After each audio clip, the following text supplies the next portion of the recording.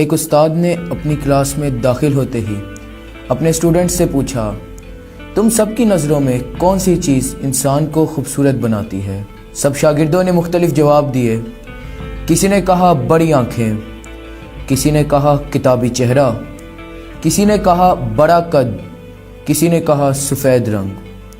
سب کے جواب سننے کے بعد استاد نے اپنے بیگ سے 2 گلاس نکالے۔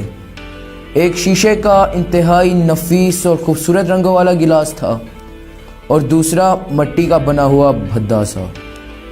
استاد نے دونوں گلاسوں میں الگ الگ کوئی مایع ڈال دیا اور شاگردوں کی طرف منہ کر کے کہا، میں نے شیشے کے خوبصورت گلاس میں زہر ڈالا ہے جبکہ مٹی کے گلاس میں پینے کا پانی۔ آپ لوگ کون سے گلاس سے پانی پینا پسند کریں گے؟ سب نے یک زبان ہو کر کہا، مٹی کے گلاس سے۔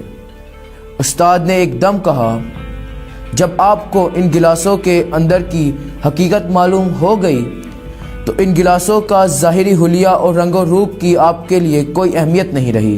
ہمیں بھی انسانوں کو اندر سے جانچنا چاہیے، کیونکہ بہت سے خوبصورت لباس ایسے ہوتے ہیں جن کے اندر انسان نہیں ہوتے، اور بہت سی خوبصورت شکلیں اور جسم ایسے ہوتے ہیں جن کے اندر دل حیوانات سے بھی زیادہ بدتر ہوتے ہیں۔